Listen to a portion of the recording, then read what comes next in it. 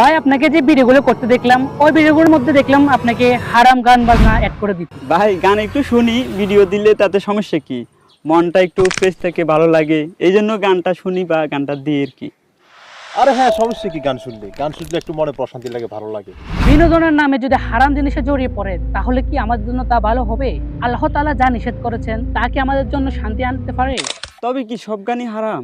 সব গানই হারাম নয়, তবে অধিকাংশ গানই হারাম যেখানে থাকে নাচ গান, গাল গল্প এবং বাদ্যযন্ত্র, আর আল্লাহ এবং দিন থেকে গাফিল করে ফেলে। ভাই আপনি কি জানেন নবী করিম সাল্লাল্লাহু আলাইহি ওয়াসাল্লাম বলেছেন আমার উম্মতের মধ্যে এমন কিছু লোক আসবে যারা গানকে হালাল করে নেবে। কিন্তু অনগত ওই ইসলামিক ভয়েসে ব্যাকগ্রাউন্ড শুট দেয়, তাতে কোনো প্রবলেম হয় না?